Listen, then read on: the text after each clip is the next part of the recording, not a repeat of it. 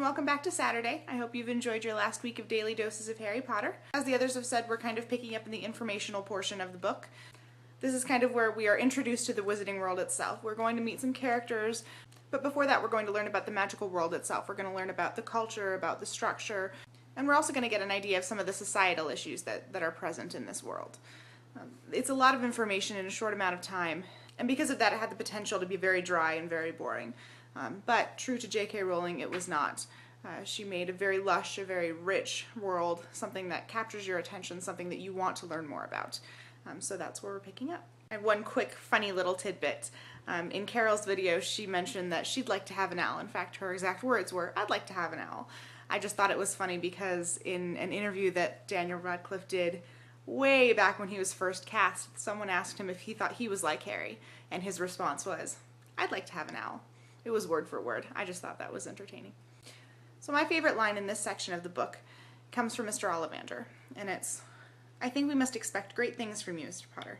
After all, he who must not be named did great things. Terrible, yes, but great." And I like this line because it's the first time J.K. Rowling points out the difference between greatness and goodness, which also comes up a few more times. I kind of want to give you a quick fun fact. On the train, we see mention of a man named Nicholas Flamel on Dumbledore's Chocolate Frog card. That's actually a real person. Nicholas Flamel was a scientist in the 14th and 15th centuries, and he and his wife worked together. His wife died in 1397 and he died in 1417. And what's interesting about that is there were rumors after their death that their coffins were empty, or at least that Nicholas's was empty, and there have been sightings of the Flamels since that time. People have reported seeing them in India and Europe over the centuries since then. I just thought that was an interesting point, that she chose someone real with a real history, with a real mysterious history to include in the book. The next thing that I want to point out from our section is our introduction to J.K. Rowling's description of food, which happens a lot, actually. J.K. Rowling describes food a lot, especially wizarding food. And there are a lot of different things, different pastries and different dishes, a lot of candy that is very specific to the Wizarding World. As far as I know, it doesn't perform any function other than to create the culture of the Wizarding World. Food is an important aspect to defining any culture, and she's true to that, and she uses that to make the world just all that more real.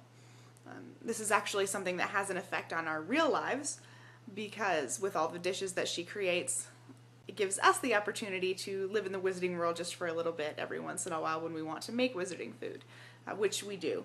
Especially for major events, book releases, movie releases. Of course, there are none anymore, but it's a lot of fun for us to make pumpkin pasties and rock cakes and things like that, chocolate frogs. So that's just something that's nice that comes from the book that we get to have a lot of fun with. Sean brought up a good point with the sorting. He said that he doesn't care for the sorting. He thinks that it's not a great system. And I have to agree with him on that. And I actually think that J.K. Rowling agrees.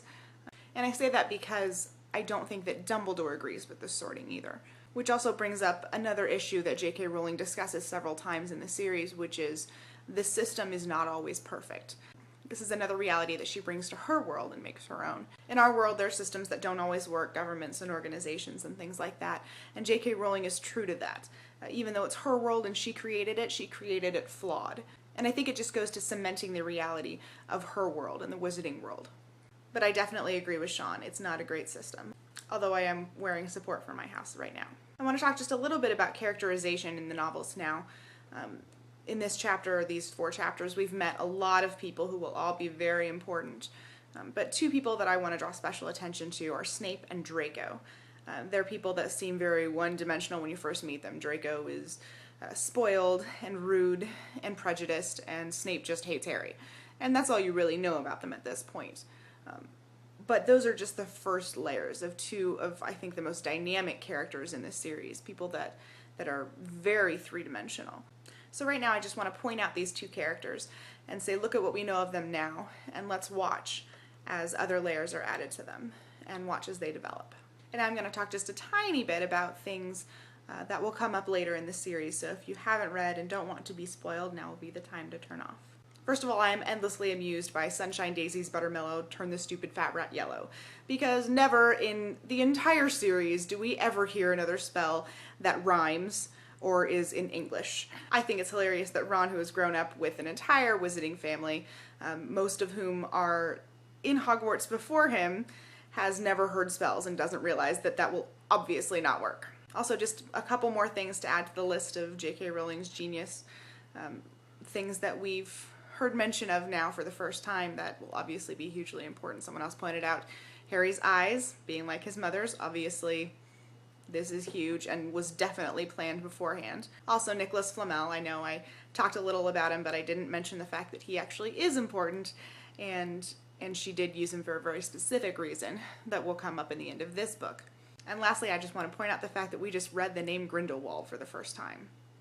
That's pretty special that she already had Dumbledore's history with Grindelwald planned out this early on. And with that, I'm all done for this week. Enjoy your daily doses of Harry Potter in the next 6 days, and I will see you next Saturday.